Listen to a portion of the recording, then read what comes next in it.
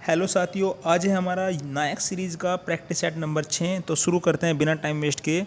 तो question number 1 होगा हमारा कि भरतनाट्यम पारंपरिक रूप से किस प्रकार के संगीत के लिए जाना जाता है। आंसर होगा हमारा कर्नाटक संगीत के लिए।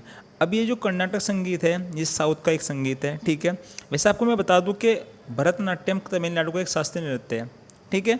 अच्छा, हिंदुस्तानी हिंदुस्तानी कुछ हमारे कुछ संगीत है और उनसे जुड़े कुछ शास्त्रीय नृत्य मैं आपको बताने वाला हूँ। जैसे हिंदुस्तानी संगीत कथक से जुड़ा हुआ है, सोपना संगीत कथकली से, शास्त्रीय नृत्य संगीत आपका ये मणिपुरी से, और जो कर्नाटक संगीत है वो कुचिपुड़ी से। तो आप यहाँ पर देख सकते हैं कि भरतनाट्यम और कुचिपुड़ी ये दोनों हमारे कर्नाटक संगीत से जुड़े हुए हैं, ठीक है। भरतनाट्यम और कुचिपुड़ी। अब बात करते हैं भरतनाट्यम का जो अन्य नाम क्या क्या है। भाई भरतनाट्यम को हम देवदासी नाट्य भी कहते हैं और सादिर अट्टम इसको कह सकते हैं, ठीक है। ये मंदिरों को समर्पित होता है, ठीक है। अच्छा, इसके अंदर कुछ जो शैली होती है उस शैली कौन सी है? वर्णम शैली, जवानी शैली और तिल्लाना शैली। क्या कहा मैंने आपको? वर्णम, जावाली और तिल्लाना, ठीक है। क्वेश्चन नंबर 2 होगा, यानी कि थोड़ा और पढ़ लेते हैं इसके बारे में। The father of Karnataka music, यानी कि जो कर्नाटक म्यूजिक है उसके पिता कौन है? आंसर होगा हमारा पुरंदर दास। और त्रिमूर्ति मैंस और त्रिमूर्ति वुमेन्स, इनके अंदर क्या होने वाला है? ये त्रिमूर्ति हैं जो कि मैंस और वुमेन है, इन्होंने योगदान काफ़ी दिया है। जैसे कि त्यागराज और मुथुस्वामी श्यामा शास्त्री, ये हमारे मैंस हैं। और जो वुमेन है वो कौन कौन से होने वाले हैं? त्रिमूर्ति। कभी कभी पूछता है कर्नाटक मैंस के, कर्नाटक संगीत के त्रिमूर्ति कौन है, तो मैंने आपको बता दिया है। तो वुमेन के अंदर होने वाले हैं हमारे MS सुब्बुलक्ष्मी, जिनको सबसे पहली ये ऐसी संगीतकार है जिनको भारत रत्न का पुरस्कार मिला है, भारत रत्न मिला है 1998 में, ठीक है। अच्छा, और कौन होने वाला है वुमेन्स में? DK पट्टमल और ML वसंत कुमारी, ठीक है। क्वेश्चन नंबर 2 होगा कि मेहरी और गोटीपुआ, क्या कहा मैंने आपको? मेहरी और गोटीपुआ नृत्य संबंध किस राज्य से? आंसर होगा हमारा ओडिशा, ठीक है। अन्य नाम क्या होने वाला है इसका? ओडिशा का अन्य नाम जो भी, मतलब और भी ऐसे नर्तक जो ओडिसी नृत्य करते हैं, जैसे कि बाघा, घंटा, मर्दगम, पैका, घुमुरा और दलखाई, और यहाँ पर ये अन्य, ये जितने भी हमारे नाम है ना, ये हमारे ओडिशा के ही क्या हैं? नृत्य हैं। क्या कहा मैंने आपको? ओडिशा के सारे क्या हैं? नृत्य हैं। अब बिहार के कौन कौन से नृत्य हैं हमारे? धोबिया, शामा, चकेवा। हरियाणा के कौन से होने वाले हैं? धमाल और मंजीरा। उत्तर प्रदेश के जो हमारे नृत्य हैं चरकुला और कजरी होने वाले हैं, ठीक है। अच्छा, क्वेश्चन नंबर 3 होगा हमारा कि भारती शिवाजी और कनक रेले किसके व्याख्याता हैं? आंसर हमारा मोहिनी अट्टम के, ठीक है। अब मदर, यानी कि जो इसकी जो मोहिनी अट्टम की जो माता कहलाती है वो कौन है? कलामंडलम कल्याणी अम्मा। और इनके अलग नर्तक कौन कौन से हैं जो मोहिनीअट्टम करते हैं? जैसे कि शांताराव, डॉक्टर सुनंदा नायर, गीता नायर और क्षेमवती पवित्रम, ठीक है। क्वेश्चन नंबर नेक्स्ट चलते हैं। क्वेश्चन नंबर 4 होगा हमारा कि दीपावली हिंदू कैलेंडर के किस महीने में मनाई जाती है? आंसर होगा हमारा कार्तिक माह में, ठीक है ना, अमावस्या कार्तिक माह में, ठीक है। आप देख सकते हैं कि सर कार पे ना, कार्तिक यानी कि कार, और कार पर लोग पटाखे छुड़ाते हैं, तो पटाखे आपको पता है दिवाली से संबंधित है। बस महाशिवरात्रि मनाई जाती है फाल्गुन माह में, और गणेश चतुर्थी मनाई जाती है भाद्रपद माह में, हनुमान जयंती मनाई जाती है चैत्र। जो हनुमान के भक्त होते हैं वो कभी भी चैट नहीं करते व्हाट्सएप पर, कहीं पर भी मतलब चैट नहीं करते, ऐसा मान सकते हैं आप, ठीक है। हिंदी पंचांग का पहला महीना चैत्र है और जो अंतिम महीना है वो फाल्गुन होने वाला है। क्वेश्चन नंबर 5 है हमारा कि 1928 से 1980 के बीच भारत में ओलंपिक में कितने स्वर्ण पदक जीते हैं? टोटल भाई साहब 8 पदक जीते हैं, 8 पदक जीते हैं इंडिया ने। 1928 में पहली बार जीता हॉकी में, जो कि एम्स्टर्डम में ये प्रतियोगिता हुई थी।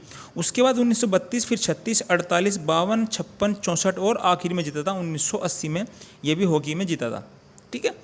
अच्छा, तो इधर देख लेते हैं कि कुछ जैसे कि हमारे कैप्टन रहे हैं हॉकी के, किस किस साल में कौन कौन से कैप्टन रहे हैं। 1928 जो कि पहला हमारा गोल्ड मेडल जीता था उस टाइम पे, तो यहाँ पर हमारे जो कैप्टन थे वो जयपाल सिंह मुंडा थे, ठीक है। और जो सबसे ज़्यादा मोस्ट इंपॉर्टेंट है 1980 वाला है, यहाँ पर वासुदेव भास्कर थे। 2021 में ये हॉकी चैंपियनशिप जो हुई थी हमारी, ये हॉकी ओलंपिक, यहाँ पर भारत ने ब्रॉन्ज मेडल जीता था 41 साल के बाद। बीच में कोई भी मेडल नहीं जीता, ना ब्रॉन्ज ना सिल्वर। क्वेश्चन नंबर 6 होने वाला है कि कौन ओलंपिक पदक जीतने वाला पहला भारतीय एशियाई टेनिस खिलाड़ी बना है? आंसर है हमारा लिएंडर पेस। 1996 में अटलांटा ओलंपिक में इन्होंने कांस्य पदक जीता है। पहला ओलंपिक पदक कब जीता गया था? ये 1952 में जीता गया था, ठीक है ना। और केडी यादव के द्वारा, जो कि कांस्य जीता था, इन्होंने कांस्य पदक जीता था। पहला ओलंपिक पदक हेलसिंकी में प्रतियोगिता हुई थी। पहला रजत पदक जीता गया था 2004 में राजवर्धन राठौड़ के द्वारा। क्या कहा मैंने आपको? राज्यवर्धन राठौड़ के द्वारा, जो कि एक शूटिंग से संबंधित रखते थे, ठीक है। ये पूछ लेता है कभी कभी कि राज्यवर्धन जो राठौड़ है वो किस खेल से संबंधित थे?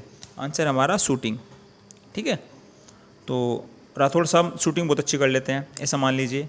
इंडियन सुपर लीग यानी कि ISL एक क्या है, कौन सी चैंपियनशिप है? आंसर हमारा फुटबॉल। ISL जो है हमारा, ये फुटबॉल से संबंधित है।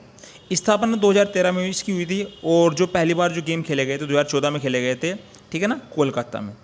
क्वेश्चन नंबर 8 होगा कि भारत में प्रतिवर्ष राष्ट्रीय बालिका दिवस कब मनाया जाता है? आंसर हमारा 24 जनवरी, ठीक है। अब मैं आपको याद कराऊंगा, जहाँ पर मतलब लगेगा मुझे ट्रिक की जरूरत पड़ेगी तो ट्रिक से मैं आपको याद करा दूंगा। 5 जून को मनाते हैं विश्व पर्यावरण दिवस, अभी कुछ दिन पहले मनाया था। और 10 सितंबर को मनाते हैं हम आपको विश्व आत्महत्या रोकथाम दिवस।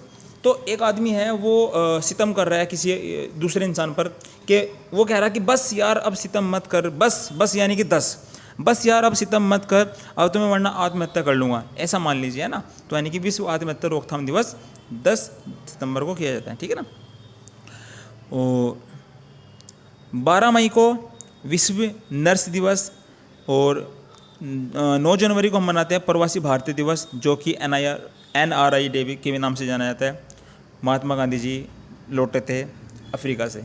12 जनवरी को मनाते हैं राष्ट्रीय युवा दिवस, स्वामी विवेकानंद जी की याद में, यानी कि उनका जन्म ये 12 जनवरी को हुआ था, ठीक है। 25 जनवरी को मनाते हैं राष्ट्रीय मतदाता दिवस, इस दिन हम वोट डालते हैं, ठीक है। और 26 जनवरी वोट डालने के अगले दिन ही अंतर्राष्ट्रीय सीमा शुल्क दिवस, यानी कि हमने जैसे वोट डाल ली तो हमें क्या हुआ, हमें सीमा मतलब कोई भी जो हमारे देश की सीमा है उसका हमें शुल्क मिलना स्टार्ट हो गया, ठीक है। क्वेश्चन नंबर 9 होगा भारत में किस अवधि को स्थिर जनसंख्या वृद्धि दर माना गया है? आंसर होगा हमारा 1921 से लेकर 1951 तक, ठीक है। 1921 में क्या हुआ था, इसको द ग्रेट डिवाइड भी कहते हैं, कि महान विभाजक वर्ष भी माना जाता है इसको। ऋणात्मक वृद्धि यानी कि पहली बार वो कौन सा साल है, वो कौन से 10 साल है जहाँ पर सबसे कम वृद्धि दर देखने को मिली, सबसे कम यानी कि ऋणात्मक। आंसर है हमारा 1911 से लेकर 1921 तक। पॉइंट माइनस में लगाएंगे इसको, -0.31%। और सर्वाधिक जनसंख्या दर कब देखने को मिली? 1961 से लेकर 1971 तक 24.80%, ठीक है। क्वेश्चन नंबर 10 होगा कि अनुच्छेद 21 सभी बच्चों को जो है निःशुल्क शिक्षा प्रोवाइड कराता है, अनिवार्य, जो कि कितने साल तक के बच्चे हैं? आंसर होगा हमारा 6 से लेकर 14 वर्ष तक के बच्चों को, ठीक है। 6 जो हमारा छठा संविधान संशोधन हुआ था 2002 में, शिक्षा मौलिक अधिकार बना था यहाँ पर, ठीक है। RTE और RIT में RTE और RTI में क्या अंतर है? भैया RTE है हमारा राइट टू एजुकेशन, और RTI है हमारा राइट टू इन्फॉर्मेशन। ये राइट टू एजुकेशन है जो 2009 से संबंधित है, 2009 में लाया गया था, और इन्फॉर्मेशन लाया गया था 2005 में, ठीक है। आर्टिकल 19 क्या है, और इसमें हम कह सकते हैं साइलेंस एंड एक्सप्रेशन, ठीक है। क्वेश्चन नंबर 11 होगा हमारा, कुछ हमारे इंपॉर्टेंट अनुच्छेद हैं वो आपको देखने हैं। जैसे कि अनुच्छेद 17 में होगा हमारा अस्पृश्यता का अंत, अनुच्छेद 22 में होगा गिरफ्तारी एवं निरोध विरोधी संरक्षण, अनुच्छेद 25 में होगा धर्म की स्वतंत्रता, और अनुच्छेद 29 में होगा अल्पसंख्यक के हितों का संरक्षण, अनुच्छेद 21 में होगा मानव दुर्व्यापार, यानी कि 2-3 रुपये देकर आदमी को ऐसा ट्रिक साथ कर सकते हैं इसको, कि कम पैसे में आप किसी से काम नहीं करा सकते, यानी 2-3 रुपये देकर आप किसी से काम नहीं करा सकते। और अनुच्छेद 24 में होगा कारखानों में बच्चों को नियोजन पड़ती रहती है, यानी कि छोटे बच्चों को हम कार्य नहीं करा सकते कारखानों में। क्वेश्चन नंबर 12 होगा हमारा कि भारतीय संविधान के अनुच्छेद 16 के किस खंड के अंतर्गत पिछड़े वर्गों को के लिए आरक्षण प्रावधान है। ठीक है, वैसे तो अनुच्छेद 16 हमारा कहता है लोक नियोजन में समानता, लेकिन अनुच्छेद 16 का खंड 4 कहता है कि जो पिछड़े वर्ग हैं उनके लिए कुछ अलग से प्रावधान है। क्वेश्चन नंबर 13 होगा कि कौन सा अधिकार 19 कै को अनुच्छेद 21 से मिलाकर पढ़ने पर प्राप्त होता है। आंसर होगा हमारा विदेशी यात्रा का अधिकार। आर्टिकल 19 के बारे में जान लेते हैं थोड़ा सा। आर्टिकल 19 के कितने पार्ट हैं? ABCDEF और G। F को निरस्त कर दिया गया था। ठीक है, और देख सकते हैं सर इसको 19 कै में क्या है? वाक एवं अभिव्यक्ति यानी कि बोलने का अधिकार। बी में होगा हमारा शांतिपूर्वक सम्मेलन, एक जगह आप शांतिपूर्वक बिना हथियारों के सम्मेलन कर सकते हैं। ठीक है, और अनुच्छेद 19C में होगा हमारा संघ बनाने का अधिकार, यानी कि आप यूनिटी बना सकते हैं लेकिन बिना हथियारों के। ठीक है, मतलब कोई इसमें कुछ भी मतलब गुंडागर्दी ना हो। डी में होगा हमारा आबाद घूमना, यानी कि कहीं पर भी आप घूम सकते हैं, कहीं पर भी, मतलब इंडिया में कहीं पर भी। ई में होगा निवास का अधिकार, यानी कि आप कहीं पर भी निवास कर सकते हैं। और जो एफ है वो हमारा निरस्त कर दिया गया था। और जो जी है उसमें व्यवसाय, यानी कि आप कहीं पर भी ट्रेड वगैरह कर सकते हैं, यानी कि व्यवसाय कर सकते हैं। ठीक है, क्वेश्चन नंबर 14 होगा कि मौलिक अधिकारों का संरक्षण किसको दिया है? आंसर है हमारा सर्वोच्च न्यायालय को। ठीक है ना, सर्वोच्च न्यायालय के ही सब कुछ होता है हाथ में मौलिक अधिकारों का। अच्छा, जो सुप्रीम कोर्ट है उसके अंदर जो रिट है वो अनुच्छेद 32 के अंदर दी गई है, और हाई कोर्ट 226 में। ठीक है, बात करते हैं क्वेश्चन नंबर 15 की। वर्तमान समय में भारतीय संविधान के अंतर्गत संपत्ति का जो अधिकार है हमारा वो क्या है? वो है भाई हमारा वैधानिक अधिकार। ठीक है, 44वें संविधान संशोधन 1978 के तहत भाग 12 के आर्टिकल 300 के में इसको जोड़ दिया गया था कानूनी अधिकार बनाकर। किसको? संपत्ति का अधिकार को ही, है ना। ये हमारा पहले मौलिक अधिकार था। कुछ क्वेश्चन नंबर 16 होगा हमारा, कुछ हमारे इंपॉर्टेंट फैक्ट हैं, जैसे कि आप देख सकते हैं बौद्ध धर्म के जो बौद्ध के तीर्थ स्थल हैं और कुछ उनकी जो जीवन की घटनाएं। गया के अंदर क्या हुआ था? महात्मा बुद्ध जी को ज्ञान की प्राप्ति, और कुशीनगर में निर्वाण, लुम्बिनी में जन्म स्थान यानी कि इनका जन्म हुआ था, और सारनाथ में इनका प्रथम उपदेश। ठीक है ना, कुशीनगर में इन्होंने अंतिम समय अपना बिताया था। महात्मा बुद्ध जी को, ये क्वेश्चन ध्यान रखेंगे, महात्मा बुद्ध जी बंदर से भेंट, महात्मा बुद्ध जी ने मतलब जो है ना बंदर से इनको भेंट मिली थी। ये कहाँ पर हुआ था? ये घटना ये वैशाली में हुई थी। और महात्मा बुद्ध जी ने एक हाथी को जो है ना वो अपने वश में कर लेता, ये हमारा राजगीर में हुआ था। ठीक है, कुछ और भी हैं, जैसे कि कुछ हमारे दर्शन हैं और उनका दर्शन का संबंध किससे है। ठीक है, जैसे कि वैशेषिक दर्शन का संबंध है कणाद से, सांख्य दर्शन का संबंध है कपिल से, योग दर्शन का संबंध है पंतजलि से, और न्याय दर्शन का संबंध है गौतम से, और पूर्व मीमांसा का जो संबंध है वो जयमिनी से है। ठीक है, उत्तर मीमांसा का संबंध है बादरायण, और लोकायत दर्शन का संबंध है चारवाक से। ये लोकायत दर्शन जो है ये कहता है कि स्वर्ग नरक कुछ नहीं है, जो भी है सब भारत, मतलब जो भी है सब वो ज़मीन पर ही है। ठीक है, यानी कि आपको दुनिया में रहकर ही अपने माँ बापों की सेवा करनी है, बाद में आप क्या करते हो इससे कोई फ़ायदा नहीं है उनके जाने के बाद। इसलिए ये जो चारवाक के जो लोग हैं ना ये इस बात को मतलब कहते हैं। ठीक है, यानी कि जो करना है वहीं पर करो रहकर, अपने पूर्वजों की सेवा जो भी आपको करनी है ना, उनका जिंदा रहते ही। क्वेश्चन नंबर 18 होगा हमारा कि जो बौद्ध धर्म है, जो यानी कि जो महात्मा बुद्ध जी हैं उनके कुछ प्रतीक हैं, जैसे कि जन्म का प्रतीक उनका कमल था, छोटे बच्चों को आप कमल का फूल देते हो। प्रवचन, जो प्रथम प्रवचन देता वो धर्म चक्र कहलाता, सारनाथ में दिया था इन्होंने। और महाबोधि जैन का वो पीपल, महाबोधि जो वृक्ष है वो पीपल है। और त्याग, जो त्याग किया था उसका जो प्रतीक है वो घोड़ा है। ठीक है, इनकी घोड़े पर बैठ कर चले गए थे, ऐसा मान सकते हैं। गौतम बुद्ध कर्म में विश्वास रखते हैं।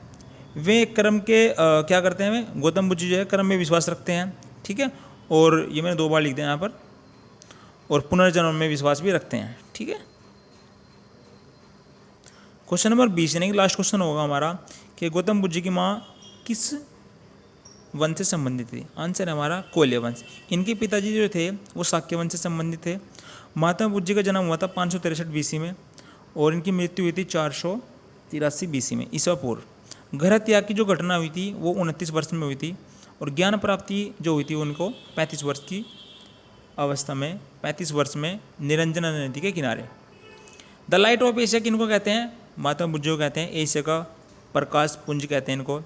ठीक है, कुछ हमारे इंपॉर्टेंट फैक्ट्स है जैसे कि घर त्याग की जो घटना कहलाई थी वो महाविनिष्क्रमण। ज्ञान प्राप्त की घटना कहलाई थी संबोधि। और पहला उपदेश जो दिया था इन्होंने उसकी घटना कहलाई थी धर्म चक्र प्रवर्तन। और मृत्यु की जो उपदेश है ये कहलाया था हमारे महापरिनिर्वाण। Thank you for watching. आज थोड़ा प्रॉब्लम हो रही है बोलने में क्योंकि ये माइक सही नहीं काम कर रहा है तो इसलिए बार बार ये प्रॉब्लम कर रहा है। तो मिलते हैं नेक्स्ट वीडियो में जल्दी। नवीन सर ने इसको वीडियो को बीच में मतलब पोस्ट कर देता क्योंकि फिर इसके नोट्स जो है ना 20 क्वेश्चन तक ही बन पाए क्योंकि बीच में उनकी लाइट चली गई थी उनके क्लासरूम की। ठीक है।